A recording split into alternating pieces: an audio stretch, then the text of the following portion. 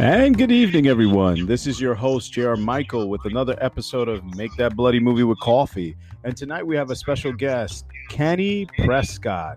One hell of a guy and a Broadway show dancer over there. He is a dynamic and he's exciting. And he has a few jokes to tell you guys. And don't forget, don't leave. Stay till the end of the show because Kenny will tell you his coffee of the night as well as mine. So, another thing I want to share with you guys is that Kenny has also been on Broadway shows, 42nd Street. He has done That's Entertainment. He's also done the national company, The Best Little Whorehouse in Texas, as well as New Moon. He's also done a couple of other things as he's been on soaps, Wonders Hand and Cream. He's also done the cable TV, The Best. Excuse me, you guys. We're having technical difficulties. But anyway, he is a wonderful man to get to know. And ladies and gentlemen, I'll let him introduce himself to you. So sit back, relax, and grab your smooth cup of coffee. And here we go. Hey, Kenny, how you doing tonight? I'm fine. How are you? Is this like Johnny Carson? Here's Kenny. Yeah, you could say that. A little bit of that and a little bit of this, a little whiskey in my coffee, but don't tell nobody. I don't think anybody's called me Kenny since I was 16 years old. Oh, well then I must have talked to your dad and he told me, That would be a miracle, but I'm glad you did.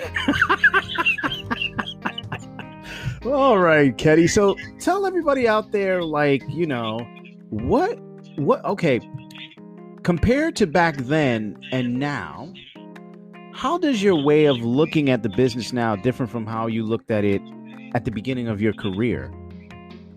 Well, my first job in New York City was lead dancer at Radio City Music Hall. I was right out of the service, out of Vietnam, and I knew no one. I came in, auditioned, got the job, then I was cast as a singer on Broadway on No Net, and it looks different now because there are a lot of talented people out there, but I think there are a lot of people getting recognition for a little bit of talent. Whereas when I had to audition, believe me, you had to really sing and dance and put out and be well schooled, or you didn't get the job. Oh, interesting. I see. Now, I'm not saying that people on Broadway today aren't good. Don't misunderstand me. But I think there's a lot of, the Emperor's New Clothes. Yes. Yeah. Well, there's a lot of Emperor's New Clothes in showbiz today. Ooh, ladies and gentlemen, that's a interesting metaphor there, but I got the message.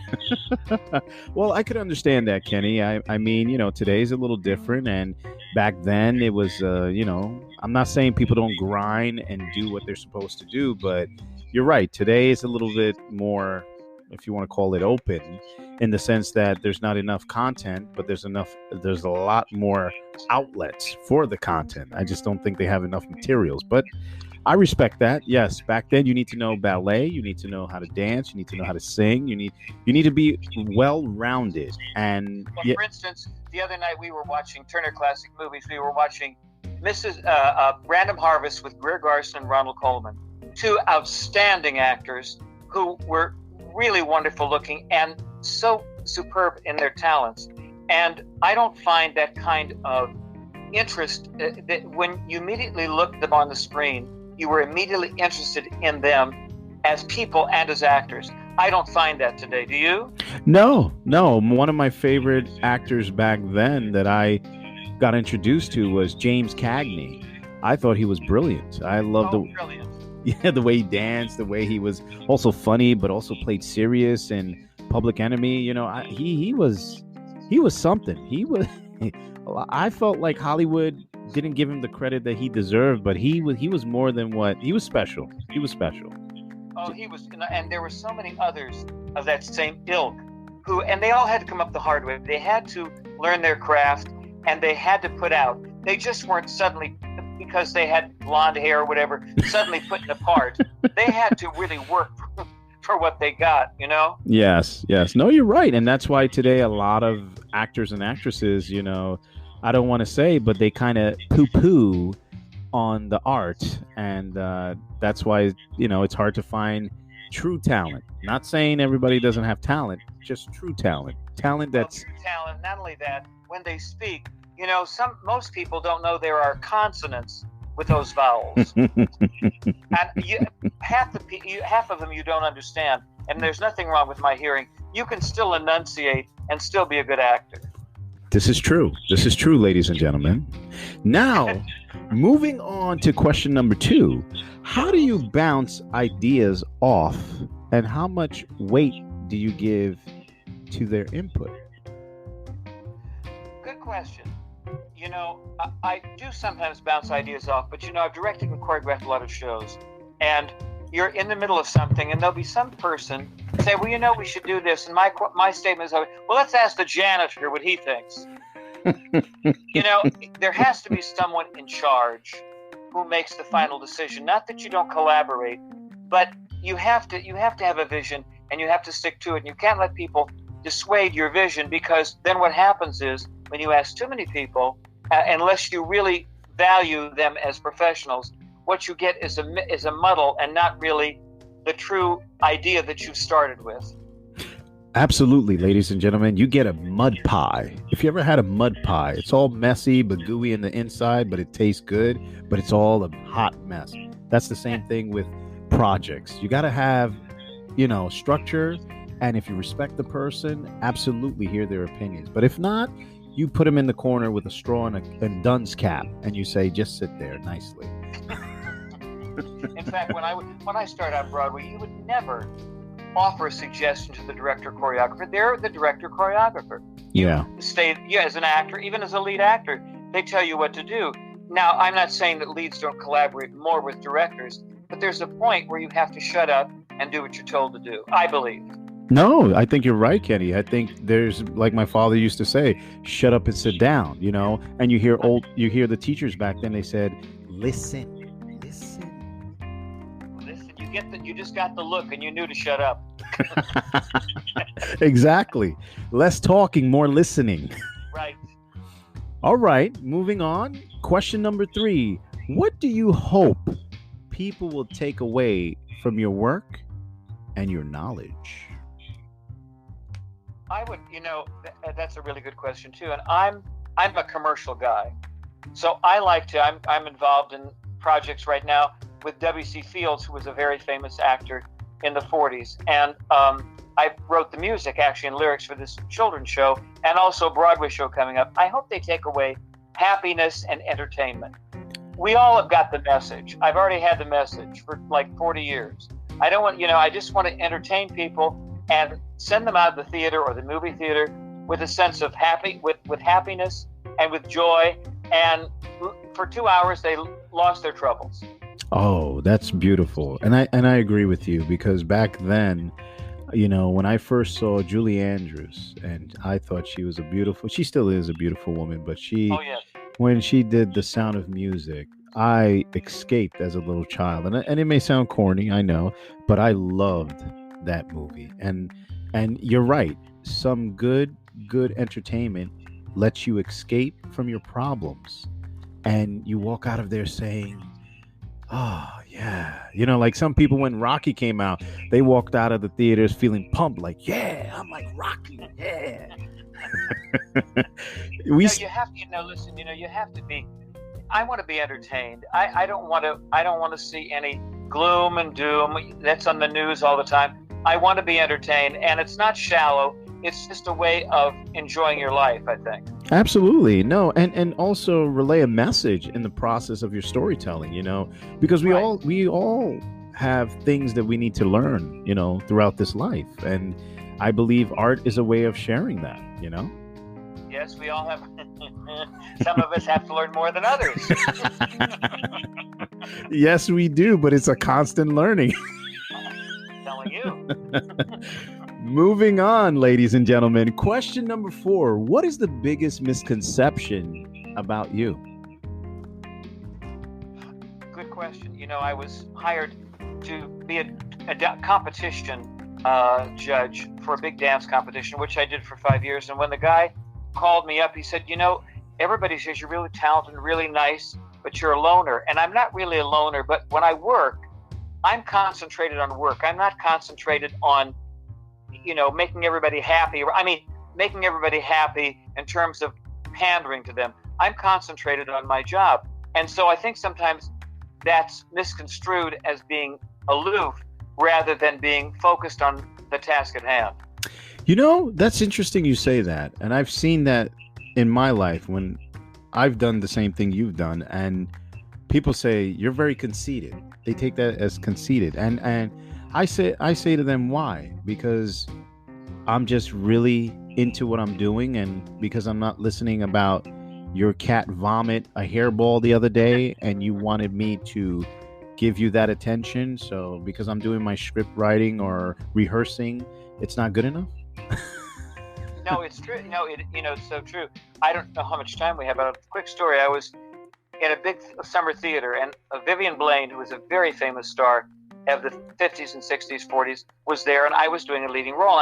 I'm in theater in the round. The only way you know where you are is the orchestra pit, because it's dark and there are 4 exit signs. So I'm writing the blocking in my script, which is what you do as a professional. And the director said, Mr. Prescott, we aren't paying you to act. I said, really? Well, just exactly what the hell are you paying me to do? Well, don't get excited. I said, I am excited. And furthermore, if you don't like it, you can replace me right now. And Vivian Blaine said, good for you, sweetheart. And as Ethel Merman said, that was that. He was shocked. He didn't expect you to say that. I mean, it's so dumb. I'm concentrated on writing the blocking. It was like a big black hole. I didn't know where I was to begin with. And it's, people, they love to give you, if they think you're good. First of all, I was fairly good. I'm not saying great, but good. People don't like it often when you're good because I'm not sure why. It's like they don't like you when you're happy for 2 reasons. The first one is because you are, and the second one is because they can't figure out why you are. Well, I think you're right. I think it's because they want what you're drinking because they're not happy. They go home, whether it's a guy or a girl, I'll speak for a man, and he goes in his underwear, sits in his front room or in his couch, watch late night shows, and wobble over his misery and say, hey, my poor life. But I don't understand how Kenny is always happy. What is he's drinking that I'm not? Well, first of all, let me go back. Are you sitting in your underwear right now? Because if they are, I want to tell all the audience about this. No, I'm not, ladies and gentlemen, but thank you, Lord. All right, moving on to question 5. And ladies and gentlemen, this is a good one. So stay with this question with him. What was it that you did that you feel most influenced your success?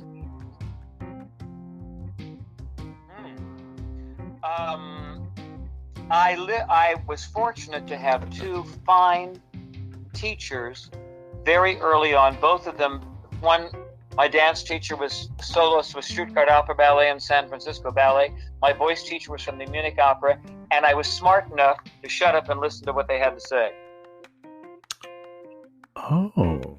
Now, that doesn't always happen because sometimes you're not surrounded by really competent teachers, but I happened to be, and I knew they were good, and so I would soak up everything they had to say, and it stood me in such good stead. When I went to New York, I had a professional attitude and a professional demeanor, which brought me whatever success I got because I knew what to do and when to shut up and when not to shut up. Well, most of the time when to shut up.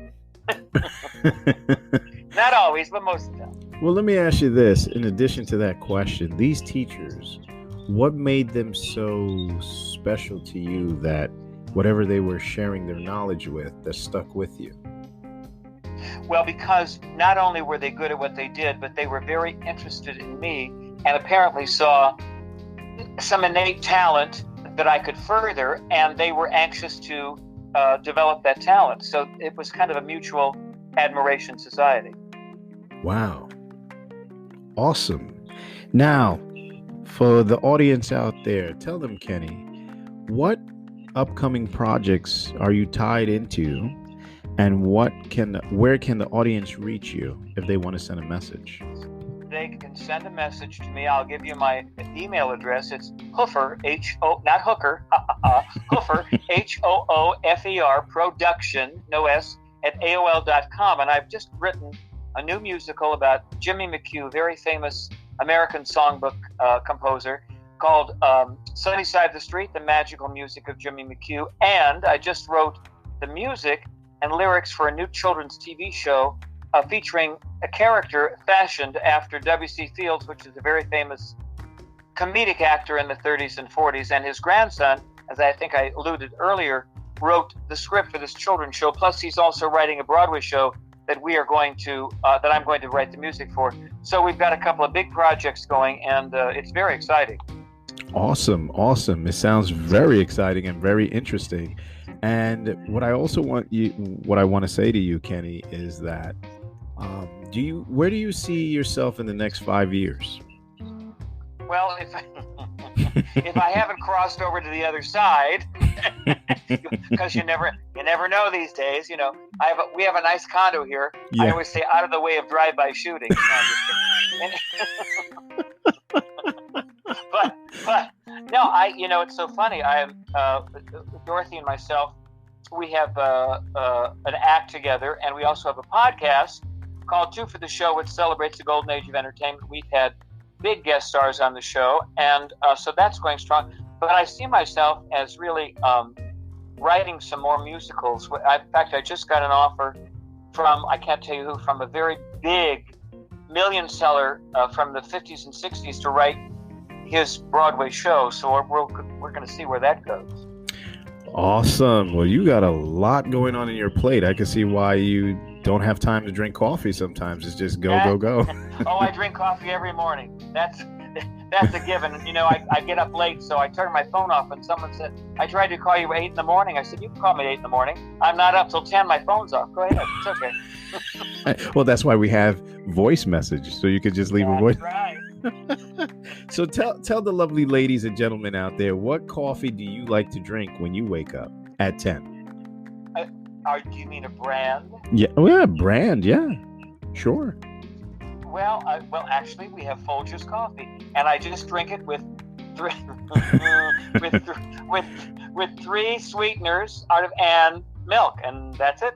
Wow, so you don't mess with any of the other coffees, like? No, I don't do that non-fat latte crap. No, I don't. Well, ladies and gentlemen, you heard it straight from Kenny Prescott. He only does what he told you, and that's fine too. I mean, whatever cup of tea or coffee you like, why not? If it keeps you up, keeps you going, and get the job done. Tonight, we would like to say thank you, Kenny, for joining us on Make That Bloody Movie with Coffee. And J.R. Michael's coffee of the night is caramel mocha with a little froth, little cream on the top, which I know is not Kenny's cup of tea. Oh, no. If you want to send them over, I'll drink it anytime. All right, ladies and gentlemen, we are signing out, and thank you for joining us. And don't forget to, once again, Kenny, let them know how to reach you. What's your email? You can email me at Hoofer Production, Hoofer Production at AOL.com, and I'll be glad to answer any questions. Are you on Facebook or Instagram or any of those? I'm on Facebook. Best is on Facebook at Ken Prescott, because I'm not a big Instagram guy. I've got so much going on. I don't have that much time I'm on Twitter too, but it's just best. Facebook is the best. I agree. All right, guys and girls, you heard that straight from the press. So don't forget, check him out. We will update you with his projects. And Kenny, again, it was a pleasure to have you, and have a wonderful night. Okay, this is your host. Thanks so much. You too. You're welcome. This is J.R. Michael signing out.